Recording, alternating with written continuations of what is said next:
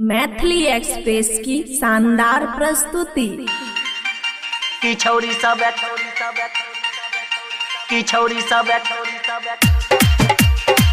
छै नादानी, की छौरी सब करे छै नादानी। खुशी रिकॉर्डिंग स्टूडियो बलुआहा करे छै नादानी। घास के बहाना छौरी निकाले छै घर से, आगा पीछा छौरा निकाले छै घर से। जब से चढ़ले कलजुग के जवानी, की छौरी सब करे छै नादानी। फुसुर फुसुर करे गाँव के जनानी, की छौरी सब करे छै नादानी। घास के बहाना छौरी निकले छै घर से, आगा पीछा छौरा निकले छै घर से। जब से चढ़ले कलजुग के जवानी, की छौरी सब करे छै नादानी। फुसुर फुसुर करे गाँव के जनानी, की छौरी सब करे छै नादानी।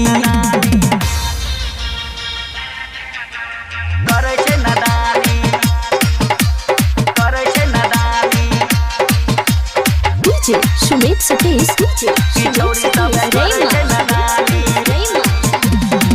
16 बरस में ई त अपन इज्जत डुबाबै छै, अपन इज्जत डुबाबै छै। ससुर वाला चीज के छौरी नहिरे में लुटाबै छै, नहिरे में लुटाबै छै। 16 बरस में ई त अपन इज्जत डुबाबै छै।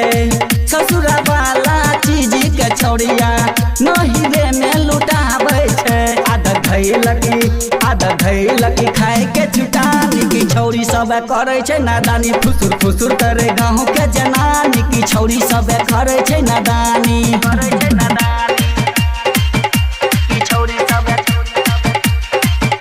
की छौरी सब खुशी रिकॉर्डिंग स्टूडियो बलुआहा करे छै नादानी।